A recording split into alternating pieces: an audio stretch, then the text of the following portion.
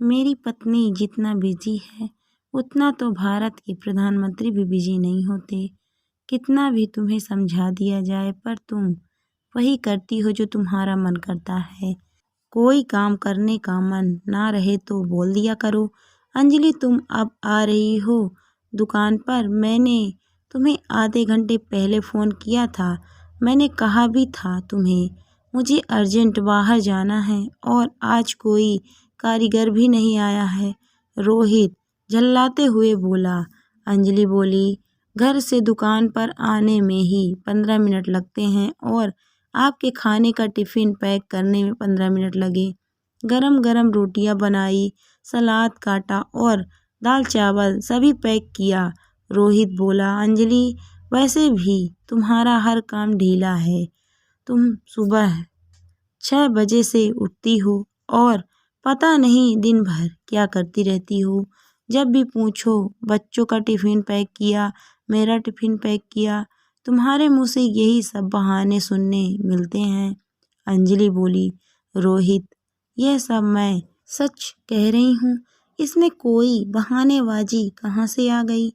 तुम एक दिन मेरी जगह पर रह कर देखो, फिर शायद तुम्हें समझ आ जाए कि सुबह 6 बजे उठने के बाद भी घर के ढेरों काम कभी खत्म ही नहीं होते और मैं हर रोज़ दुकान पर तुम्हें टिफ़िन देने भी आती हूँ।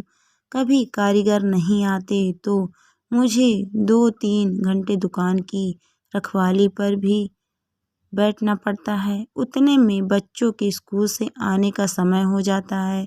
सुबह टिफ़िन में उन्हें कुछ अलग चाहिए होता है, आकर खाने में कुछ अलग। कितना भी तुम लोगों के लिए कर लो मगर तुम्हारी शिकायतों का पुलिंदा कभी खत्म ही नहीं होता। रोहित दुकान के अंदर जाकर टिफ़िन खोलकर खाने लगा और अंजलि बाहर दुकान के काउंटर पर बैठ गई। रोहित अंदर से बोला, हरी मिर्च की चटनी नहीं लाई हो? आज दाल थोड़ी फीकी लग रही है। अंजलि बोली, अचार तो लाई हूँ ना, वह ले लो। बच्चों को थोड़ी फीकी दाल पसंद है और तुम्हें तीखी।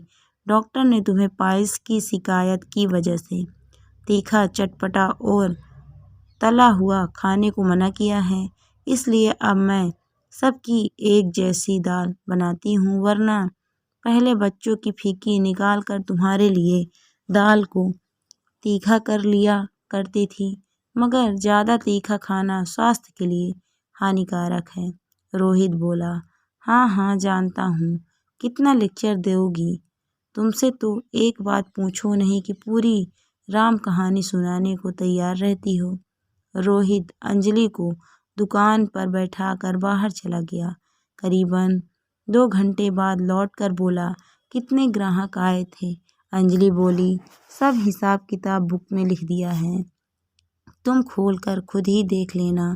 बच्चे स्कूल से आ गए होंगे, मुझे उन्हें भी खाना देना है, देर हो रही है। रोहित बोला, तुम्हारे मुंह से तो हमेशा खाने की ही बातें सुननी मिलती है, जैसे खाने के अलावा कोई जिंदगी ही नहीं हो। अंजलि ने बेकार की बातों का जवाब देना उचित नहीं समझा और वह घर पर चली गई। बच्चे बोले, मम्मी बहुत ज़ोरों से भूख लगी है, जल्दी से खाना दे दो। अंजलि ने दोनों बच्चों को गरम गरम खाना दिया और घर के दूसरे कामों में लग गई। शाम होते ही अंजलि रोज़ की तरह रोहित को दुकान पर चाय देने गई। रोहित बोला, रोज़ तो चाय के साथ कुछ न कुछ स्नैक्स ज़रूर लाती हो, आज क्यों नहीं लाई? अंजलि बोली, आप ही तो कहते हैं मुझे खाने के अलावा कुछ नहीं सूझता, तो सोचा कि आज आपके लिए कोरी चाय लेकर ही आऊं। रोहित बोला, तुम तो जानती हो मुझे चाय के साथ कुछ न कुछ चाहिए होता है। अंजलि बोली, घर में स्नैक्स खत्म हो गए हैं, काफ़ी दिनों से डी-मार्ट सामान लेने जाना है मगर समय ही नहीं मिल रहा है। रोहित बोला, भारत का प्राइम मिनिस्टर भी तुम्हारे जितना बिजी नहीं होता होगा और ठहाके मारकर हंस पड़ा।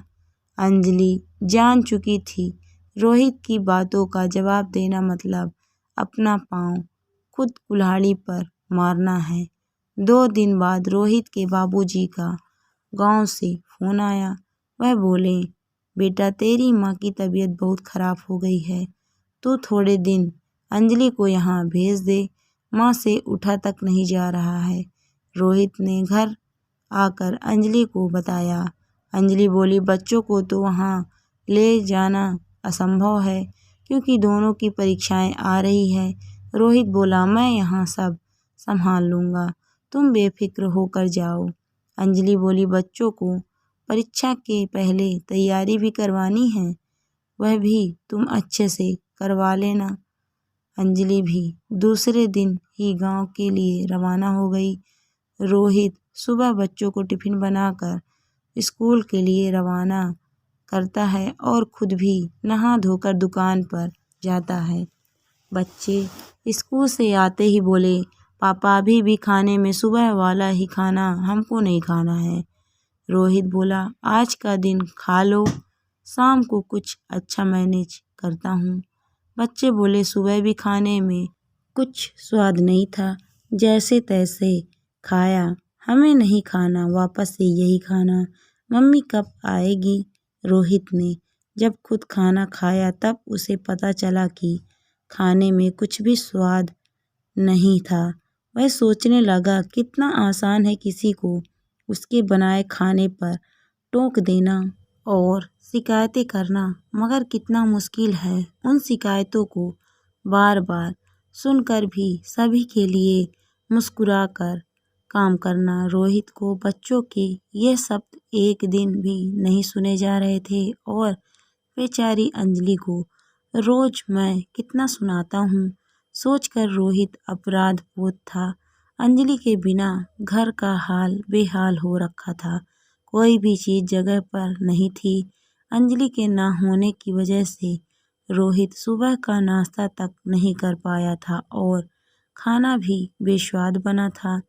रोहित ने जल्दी से ऑर्डर करके नया खाना मंगवाया और बच्चों के साथ मिलकर खाया। रात को भी रोहित ने खाना ऑर्डर किया। आज शाम को चाय ना पीने के कारण रोहित का सर भारी हो गया था। दूसरे दिन बर्तनों का ढेर देखकर काम वाली बाई रोहित पर चिल्लाने लगी और बोली, भैया भाभी को एक दिन हुआ नहीं कि आपने तो बर्तनों का अंबार लगा दिया है। भाभी जी मुझे कभी इतने सारे बर्तन नहीं देती, कभी बर्तन ज़्यादा हो जाते हों तो खुद ही धो लेती हैं। आज कर देती हूँ मगर दोबारा नहीं करूँगी। रोहित बच्चों को पढ़ाने बैठा तो बच्चे बोले, पापा आपको पढ़ाने बिल्कुल नहीं आता है, मम्मा कब आएगी। रोहित अंजलि के बिना 2 दिन में ही परेशान हो गया और गांव में बाबूजी को फ़ोन करके बोला, बाबूजी मुझसे यहाँ दुकान घर और बच्चे एक साथ नहीं संभल पा रहे हैं, हो सके तो अंजलि को जल्दी भेज दीजिएगा। अंजलि वहाँ से सासू माँ की सेवा कर उन्हें ठीक करके 1 हफ्ते बाद लौटी। रोहित की आंखों में इतना प्यार देख अंजलि को कुछ समझ नहीं आया। वह बोली, आपको क्या हो गया है, आप मुझे ऐसे क्यों देख रहे हैं। रोहित बोला, मैं तुम्हारी कीमत जान चुका हूँ अंजलि, तुम बिन घर बच्चे और मैं सब कुछ अधूरे हैं। आज अंजलि को रोहित की इन बातों पर यकीन नहीं हो रहा था क्योंकि उसने रोहित के मुंह से हमेशा अपने लिए शिकायतें ही सुनी थी, मगर आज यह प्यार भरे शब्द अंजलि को अंदर तक भिगो गए और उसकी आंखों से आंसू बह निकले। दोस्तों, घर के काम किसी को नहीं दिखते हैं पर औरतों को घर में अनेकों काम होते हैं और उन्हें कोई छुट्टी भी नहीं मिलती। पतियों को ऑफिस या दुकान से छुट्टी मिल भी जाए पर घर की औरतें एक दिन छुट्टी की भी मोहताज होती हैं। अगर वह छुट्टी ले लें तो घर का सारा काम ठप पड़ जाएगा। इसीलिए हमें घर की औरतों को सम्मान देना चाहिए क्योंकि वही पूरे घर को संभालती हैं।